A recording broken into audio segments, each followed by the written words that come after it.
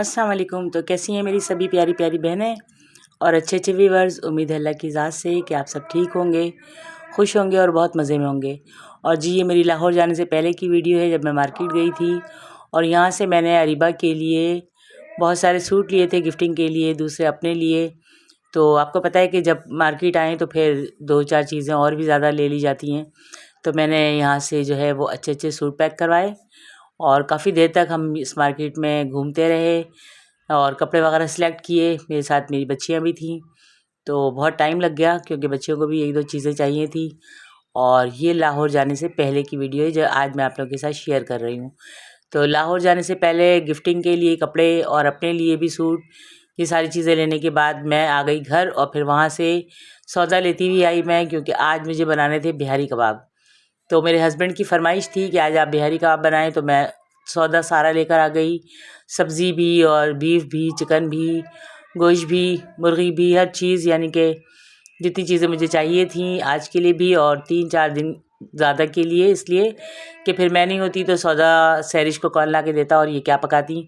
तो मैंने उसी में तरह से सारी तैयारी कर ली कि जब मैं नहीं होंगी तो पीछे से इनको कोई टेंशन नहीं होगी, बस ये फ्रिज खोलेंगी, चीज़ें निकालेंगी और जो भी बनाना हो आराम से बना लें। तो मैंने सब्ज़ी भी ले ली, टमाटर, धनिया, मिर्चें, पुदीना, नींबू और सारी चीज़ें। और अब मैं ये सब चीज़ें रख रही थी, दिखा रही थी इनको कि आप देख लो, ये सब चीज़ें मैं लेकर आई हूँ और ये इस्तेमाल करना, और जब ख़त्म हो जाए तो फिर साइम से या किसी से भी मंगवा लेना। तो आज मैं बना रही हूँ बिहारी कबाब हस्बैंड की फरमाइश पर।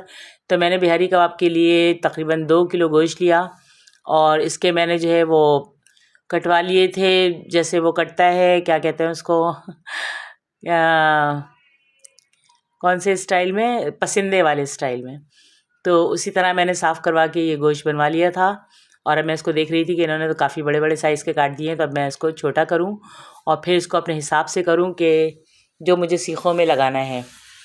तो बिहारी कबाब मेरे बनते हैं, आप लोगों ने इससे पहले भी देखा है कि मैंने कोयले पे नहीं चूल्हे पर बनाया था, और मेरा चूल्हा इसी वजह से ज़्यादा ख़राब हो गया है कि मैं जो बिहारी कबाब बनाती हूँ तो वो चूल्हे पर भी बनाती हूँ। और चूल्हे पर बनाने से ये होता है कि उसका ऑयल, उसका मसाला जितना भी गिरता है तो उससे चूल्हा जो है, ऑटोमेटिक चूल्हा है ये, तो वो बहुत जल्दी ख़राब हो जाता है। और काफ़ी हद तक मेरा चूल्हा ख़राब हो चुका है, लेकिन वही बात है कि चीज़ें बनती हैं, पकती हैं, तो लाजमी सी बात है ख़राब भी होती हैं।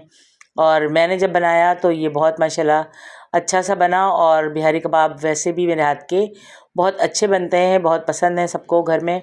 और ये देखें, जन्नत को मेरे साथ जो है वो काम करवा रही हैं कि मैं जो भी चीज़ निकालती हूँ वो उठाकर आगे पीछे कर देती हैं, फिर अपने हिसाब से सेट करती हैं। और मैं यहाँ पे गोश्त कर रही हूँ कट। इसके बाद फिर मैं इसको जो है मसाला लगा कर रख दूँगी तकरीबन 2 से 3 घंटे के लिए। और इसमें जो मैं मसाले डालूँगी वो आप लोग देखें कि ये 2 किलो गोश्त है, तो इसको मैंने जो है वो अच्छी तरह से इसके पीसेस कर लिए कि मुझे सीखों में पिरोना है। तो अब मैं सबसे पहले इसके अंदर डाल रही हूँ अदरक लहसुन का पेस्ट। और अदरक लहसुन का पेस्ट मैंने तकरीबन 4 से 5 चम्मच भर के डाला, क्योंकि गोश्त की क्वांटिटी ज़्यादा है। और यहाँ पर मैंने 2 मसाले जो हैं वो बिहारी कबाब के डाले हैं। इसके अलावा मैंने अपना मसाला भी डाला है, जिसमें लाल मिर्चें हैं, पिसा हुआ गरम मसाला है और थोड़ी सी हल्दी, और मैंने ये डाला है इसके अंदर। और बाकी मैंने प्याज भी पीस के रखी है, तो वो प्याज भी इसके अंदर जाएगी, तकरीबन 2 प्याज नॉर्मल साइज़ की इसके अंदर मैं डालूँगी। और ये मैंने डाल दिया इसके अंदर गोश्त गलने वाला पाउडर, क्योंकि कच्चा पपीता मुझे मिला नहीं था। तो मैंने गोश्त गलने वाला पाउडर, जिसको कहते हैं कि पता नहीं क्या नाम, मेरे जहन में नहीं आ रहा, खैर वो बाज़ार का ही था, वो मैंने डाल दिया। अब इसके अंदर मैंने कुटी मिर्ची भी डाली और अब मैं इसमें डाल रही हूँ दही। ये सारी चीज़ें डालने के बाद मैं इसमें ये प्याज भी डाल दूँगी और फिर इन सबको अच्छी तरह करूँगी मिक्स। थोड़ा सा ऑयल भी डालना है इसके अंदर, ताकि जब हम कबाब बनाएं तो आपको पता है फिर ऊपर बनाते हुए भी तेल डलता है, तो उस हिसाब से मैंने इतना ही तेल डाला कि जितना इसमें डलता है। तो ये देखिए, मैंने सारी चीज़ों को अच्छी तरह मैरिनेट करके रख दिया था 2 घंटों के लिए। और फिर मैंने 2 घंटे के बाद इसको निकाला और इसको सीखों में आराम से पिरोना शुरू कर दिया। और बड़े फ़नकारी के साथ इसको पिरोया जाता है, क्योंकि वो जो बोटियाँ होती हैं वो तो आराम से लग जाती हैं, लेकिन ये लंबे लंबे से पीसेस होते हैं गोश्त के, तो इसको सीखों में पिरोकर फिर इसको अच्छी तरह से एक दूसरे के साथ फिट करना होता है, फिर ये जाकर कहीं बनते हैं और बहुत मज़ेदार कबाब बनते हैं। तो मैंने जो 2 घंटे इसमें गोश्त गलने वाला पाउडर लगा के छोड़ा था, तो इसकी वजह से माशाल्लाह गोश्त बहुत अच्छा गल गया था और दही भी था इसके अंदर, तो बड़ा प्यारा सा ये इसका फ्लेवर भी आया और बहुत अच्छा इसका टेस्ट भी। तो ये देखें मैंने इस तरह चूल्हों पर रखे आगे पीछे 2 कप, एक आगे एक पीछे इस तरह रखने के बाद बाकी मैंने इसको इसके स्टैंड पर ही टिकाया और फिर नॉर्मल आंच पर इसको हल्की हल्की आंच पर पकाना शुरू कर दिया। और आंच आप लोगों को तेज़ इसलिए लग रही होगी कि साथ साथ इसमें तेल भी डलता है 1 चम्मच ऊपर से, मतलब कि पहली दफ़ा में, और फिर जब पलटूंगी तो फिर दूसरी साइड पर भी 1 चम्मच तेल डलेगा, तो इस वजह से इसकी आंच तेज़ हो जाती है। वैसे ये बिल्कुल ही नॉर्मल आंच पर है। ठीक है जी, तो ये देखें माशाल्लाह से मेरे कबाब हो रहे हैं रेडी। और ये कबाब मेरे हस्बैंड को बहुत पसंद है, वो बड़े शौक़ से खाते हैं। उनको हमेशा यही होता है कि आप कुछ मत बनाओ, मेरे लिए बिहारी कबाब बना दो। हालांकि इसमें काफ़ी टाइम लगता है, एक तो इसमें सारे मसाले लगाकर इसको छोड़ना पड़ता है, और मसाले लगाते हुए भी हर चीज़ का ध्यान रखना पड़ता है कि कोई चीज़ कम ना हो जाए, ज़्यादा ना हो जाए। और गोश्त भी इतनी देर तक ही मैरिनेट करने के लिए छोड़ना पड़ता है कि जब तक ये अच्छी तरह से गलने के काबिल, पकने के काबिल हो जाए। तो इस तरह करके मैंने ये कबाब बनाए और फिर माशाल्लाह से बहुत अच्छे कबाब बने।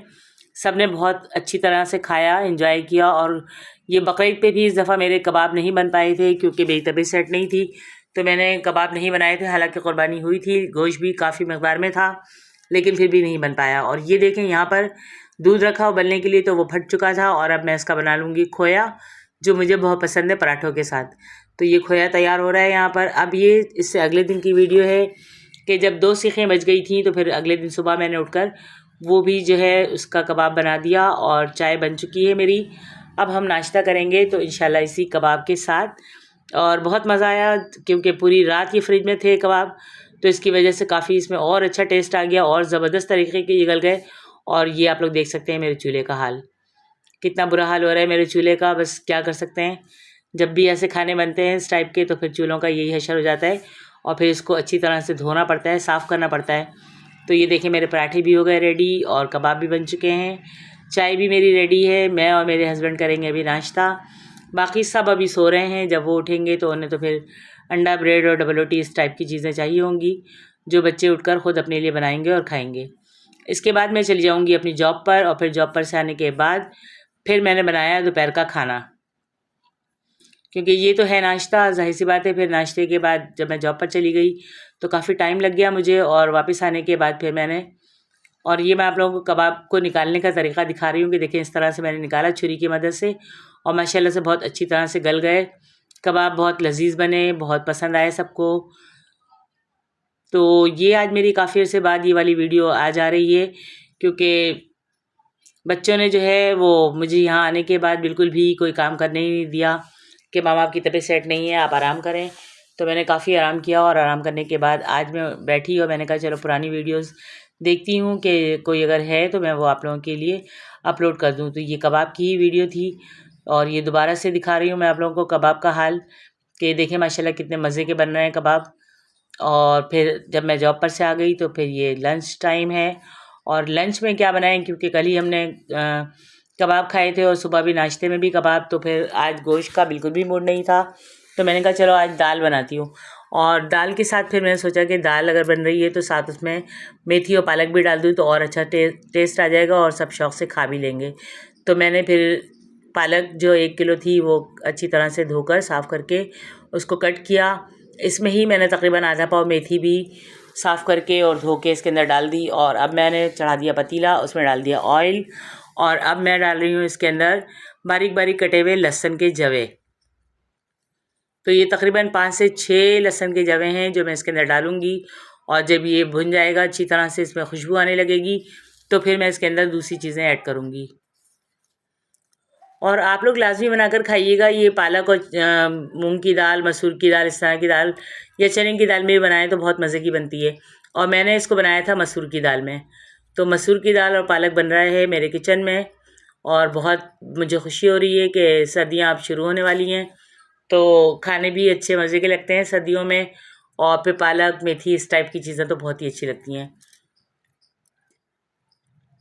और अभी तक हमारा कोई इरादा जो है नहीं था लाहौर जाने का, लेकिन फिर आज के बाद दूसरे दिन हमने बैठकर सोचा और फिर हमारा इरादा हो गया लाहौर जाने का, और अल्लाह ने हमारे इस इरादे को पूरा किया।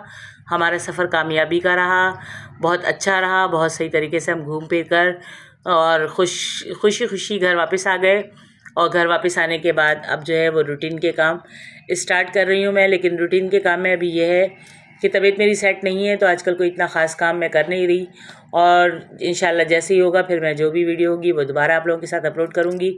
और इसके साथ साथ मैं आप लोगों से ये भी कहना चाहूँगी कि आप सब मेरी वीडियोज़ को देखकर लाइक कमेंट्स भी किया करें प्लीज़। और दूसरा ये कि मेरे चैनल पर जितने मेरे न्यू सब्सक्राइबर हैं सबको मोस्ट वेलकम। आप सबसे गुजारिश है कि मेरी वीडियोज़ को एंड तक देखा करें और लाइक कमेंट्स तो लाजमी किया करें। तो जी देखें, मैंने ये जब लहसुन अच्छी तरह से इसके अंदर सुरख हो गया तो मैंने इसमें प्याज डाल दी, एक छोटी साइज़ की प्याज जो मैंने कट करके रखी थी। अब मैं इसको हल्का हल्का सा फ्राई कर लूँगी और फिर इसके बाद मैं इसके अंदर दूसरी चीज़ें ऐड करूँगी। यहाँ पर मैं अपनी बेटी को बता रही हूँ कि रात मेरे हाथ में बहुत दर्द था और पता नहीं क्यों ये वाला हाथ मुझे कुछ सुन सुन सा लग रहा है। तो वो कह रही है मामा कुछ नहीं, आपको वहम हो गया है। मैं कहा नहीं वहम नहीं है, बस पता नहीं क्यों ऐसा मुझे लग रहा है। तो यहाँ पे मैंने डाल दिए इसके अंदर 2 टमाटर जो मैंने कट करके रखे थे, साथ ही 2 से 3 हरी मिर्चें। अब मैं इनको भी इसी तरह भून लूँगी, इसमें मसाला ऐड करूँगी। इसके बाद मैं इसमें पालक डालूँगी, दाल डालूँगी और ये सारी चीज़ें डालने के बाद इसको अच्छी तरह पकाऊँगी। तो ये देखें जब अच्छी तरह से टमाटर मेरे मतलब कि बिल्कुल भुन गए अच्छी तरह और मसाला बन गया टमाटरों का, तो फिर मैंने इसके अंदर मसाला डाला। लेकिन उस वक्त वीडियो नहीं बनी तो मैं आप लोगों को मसालों के डब्बे उठाकर दिखा रही हूँ कि इसके अंदर मैंने क्या क्या चीज़ें ऐड की हैं। तो इसमें मैंने डाला है 1 चम्मच तकरीबन भर के कुटी हुई लाल मिर्चें और हाफ़ टेबल स्पून इसके अंदर मैंने हल्दी डाली है और 1 चम्मच नमक डाला है। बाकी मैंने अदरक लहसुन का पेस्ट अभी इसके अंदर नहीं डाला है। और अब मैं इसके अंदर डाल रही हूँ ये पालक। और जब पालक थोड़ी सी हल्की हल्की सी जो है वो सॉफ्ट हो जाएगी तो फिर मैं इसके अंदर दूसरी चीज़ें ऐड करूँगी। और ये देखें पालक इतनी मिट्टी थी कोई इस पालक में कि मैं आपको बता नहीं सकती। इसको मैंने तकरीबन 4 से 5 पानी धोकर और फिर दोबारा मैंने पानी में ही छोड़ दिया इसको कि अगर और कोई भी मिट्टी होगी तो निकल जाएगी। लेकिन शुक्र है खुदा का कि अब दोबारा कोई इसके अंदर मिट्टी नहीं थी और पानी बिल्कुल साफ़ था। तो मैंने ये पालक अब इसके अंदर डाल दी है और पालक थोड़ी देर पकेगी इसमें, क्योंकि पालक अपना पानी छोड़ती है। जब पालक अच्छी तरह से सॉफ्ट हो जाएगी बहुत तो फिर मैं इसके अंदर जो मैंने दाल भिगो कर रखी है, तकरीबन 1 कप दाल है मेरी मसूर की जो मैंने भिगो कर रख दी है। तो जैसे ही ये पालक सॉफ्ट होगी तो मैं इसके अंदर ये डाल दूँगी दाल। और फिर ये बहुत अच्छी सी सब्ज़ी बनती है। ये आप रोटी के साथ खाएँ, चावल के साथ खाएँ, बहुत मज़ा आता है। साथ अचार चटनी हो तो और ज़्यादा खाने का मज़ा डबल हो जाता है। तो आज मैंने ये बना लिया क्योंकि बिल्कुल भी समझ में नहीं आ रहा था कि क्या बनाऊँ और किसी को भी समझ में नहीं आ रहा था कि आज क्या खाना है। तो मैंने कहा बस आज यही खा लो, फिर कल की कल देखेंगे। और फिर अगले दिन जो है वो हमारे जाने की भी तैयारी थी। ये देखें जब अच्छी तरह से पालक मेरी सॉफ्ट हो गई तो फिर मैंने इसके अंदर जो है वो सारी चीज़ें अच्छी तरह भून ली है। अब मैंने इसमें डाल दी ये दाल जो मैंने 1 कप भिगो कर रखी थी। और ये दाल डालने के बाद बस अब इसमें पानी बिल्कुल भी नहीं डालना है, क्योंकि एक तो इसके अंदर पालक का ही पानी है और दाल क्योंकि भीगी हुई थी तो इस वजह से इसको भी पानी डालकर गलाने की ज़रूरत नहीं है। ये पहले ही गल जाएगी बिल्कुल एक भाप में, क्योंकि भीगी हुई दाल तो फिर आपको पता है फटाफट से पक जाती है। तो ये मैंने सारी चीज़ें ऐड कर दी इसके अंदर। अब मैं इसको ढककर छोड़ दूँगी। और देखें 10 मिनट के बाद इसका ये हाल था कि इसने ऑयल छोड़ना शुरू कर दिया था और माशाल्लाह अच्छी तरह से भुन गई और बहुत लजीज बनती है ये। आप लोग बनाएं, खाएं, एंजॉय करें। मेरी इस रेसिपी को लाजमी ट्राई कीजिएगा और आप में से अगर किसी को पसंद आए तो मुझे ज़रूर बताइएगा कि आपने ये रेसिपी ट्राई की थी तो आपको कैसी लगी। तो ये देखिए मेरी पालक और मसूर की दाल बिल्कुल रेडी हो चुकी है। माश कह रही थी मैं, लेकिन नहीं, मसूर की दाल बिल्कुल रेडी हो चुकी है। साथ ही चावल बॉयल किए और ये मेरा खाना रेडी है। अब मैं ये खाना खाऊंगी और इसके बाद फिर बच्चों ने भी खाना खा लिया। और ये उससे अगले दिन की वीडियो है कि जब मैं सुबह अपने जॉब पर गई थी तो वहाँ से वापसी पर आते हुए मैंने झींगे, फ़िश और सारी मतलब कि जो चीज़ें मुझे चाहिए थी वो मैंने ले ली। तो अब मैं बना रही हूँ आज पापलेट मछली फ्राई कर रही हूँ अपने हस्बैंड के लिए, क्योंकि उनको इस तरह के मौसम में मछली अच्छी लगती है और कहते हैं कि मुझे मछली ही बना कर दो, और वो भी मस्टर्ड ऑयल में, क्योंकि मस्टर्ड ऑयल जो है वो इनके लिए बहुत फ़ायदेमंद है। इनके लिए क्या, सबके लिए है, लेकिन दिल के मरीज़ों के लिए बहुत ज़्यादा फ़ायदेमंद है मछली भी और मस्टर्ड ऑयल भी। तो अब मैं ये तैयारी कर रही हूँ फ्राई की, फ़िश फ्राई की। तो फ़िश फ्राई के लिए मैंने सबसे पहले देखें इसके अंदर जो है वो सोया सॉस, चिली सॉस डाला, सिरका डाला और अब मैंने बेसन डाल दिया। फिर इसके अंदर मैंने फ़िश मसाला डाला और नमक मैंने अलग से नहीं डाला है। फिर मैंने इसमें नींबू भी निचोड़ कर डाला और फिर ये मेरी तैयार हो गई फ़िश, बिल्कुल तैयार, मतलब कि रेडी हो गई फ्राई करने के लिए। और यहाँ पर मैं बच्चियों के लेकर आई थी कॉकटेल, तो बच्चे एंजॉय कर रहे हैं, जन्नत भी एंजॉय कर रही हैं और बहुत अच्छा लग रहा था इन लोगों को। साथ ही मैं अपने लिए ड्राई फ्रूट्स वगैरह लेकर आई थी। मैंने कहा ये हम रास्ते में खाएंगे। और फिर आज मुझे पता चल गया था कि अब हम आज इंशाल्लाह रात तक जो है वो लाहौर के लिए निकलेंगे, तो बस हमारी वही तैयारी हो रही थी। साथ ही साथ फिर मैं किचन में आई, मैंने कहा देखूँ कौन कौन सी चीज़ें ख़त्म हो चुकी हैं, तो हर चीज़ रिफ़िल कर लूँ। उसके बाद फिर जब मैं चली जाऊँगी तो ये काम करना नहीं पड़ेगा किसी को। और किसी को क्या, इज़ा और अरमा तो मेरे साथ ही जा रही हैं, घर में होंगी सिर्फ सैरिश, तो वो देख लेंगी। और मैंने सारी चीज़ें जो है वो जितने भी मसाले ख़त्म हो चुके थे वो सब भी डब्बों में डाल दिए। और आटा चावल ये भी पूरा मैंने फुल कर दिया। सब्ज़ी मैं कल ही लेकर आई थी और गोश्त और चिकन हर चीज़ रखी हुई है कि जो भी इनको बनानी होगी मेरे पीछे तो ये आराम से बना सकती हैं। और फिर ये शाम में मैं आ गई किचन में कि चलो अब मैं फ़िश फ्राई कर लूँ, क्योंकि हस्बैंड को फिर ये खानी है फ़िश। और फिर खाना खाने के बाद हम लोग थोड़ी देर आराम करेंगे और इंशाल्लाह रात तक हमारा ये प्लान था कि हम रात में निकलेंगे बाई रोड लाहौर के लिए। और हमने बिल्कुल ऐसे ही किया कि हम बाई रोड के लिए निकले। माशाल्लाह बहुत एंजॉय किया हमने रास्ते में भी और लाहौर में भी। वहाँ पहुँचने के बाद होटल में रहकर और घूम फिर कर बहुत मज़ा आया। और ये सफ़र हमारा बहुत ज़बरदस्त था, क्योंकि इसमें मेरी दोनों बेटियां मेरे साथ थी। मुझे बिल्कुल कोई टेंशन नहीं थी कि मेरे पीछे मेरी बच्चियों का क्या हाल होगा या वो क्या करेंगी और पता नहीं उन्होंने क्या खाया होगा, किस तरह रह रही होंगी। तो ये बिल्कुल टेंशन फ्री थी मैं। और बहुत मज़ा जब भी आता है जब आपकी पूरी फैमिली आपके साथ हो। तो इस बार हमारी पूरी फैमिली साथ थी और हमने बहुत ज़्यादा एंजॉय किया। तो जी देखें फ़िश भी हो गई रेडी। अब मैं हस्बैंड को दूंगी खाना, ताकि वो खाना खाकर थोड़ा सुकून ले लें, थोड़ा रेस्ट लें। उसके बाद फिर रात को हमें निकलना है। तो ये थी मेरी वीडियो लाहौर जाने से पहले की, जो आप लोगों के साथ शेयर नहीं हो पाई थी और आज मैं कर रही हूँ। तो उम्मीद है कि मेरी हर वीडियो की तरह ये वीडियो भी आप लोगों को बहुत पसंद आएगी। आप लोग देखेंगे, एंजॉय करेंगे और साथ ही साथ मुझे लाइक कमेंट्स भी करेंगे। और फिर आखिर में वही एक बात कि प्लीज़ अगर मेरे चैनल पर कोई नया है तो मेरे चैनल को सब्सक्राइब भी करें, क्योंकि वीडियो आप लोगों के लिए ही बनती है। अल्लाह हाफिज़।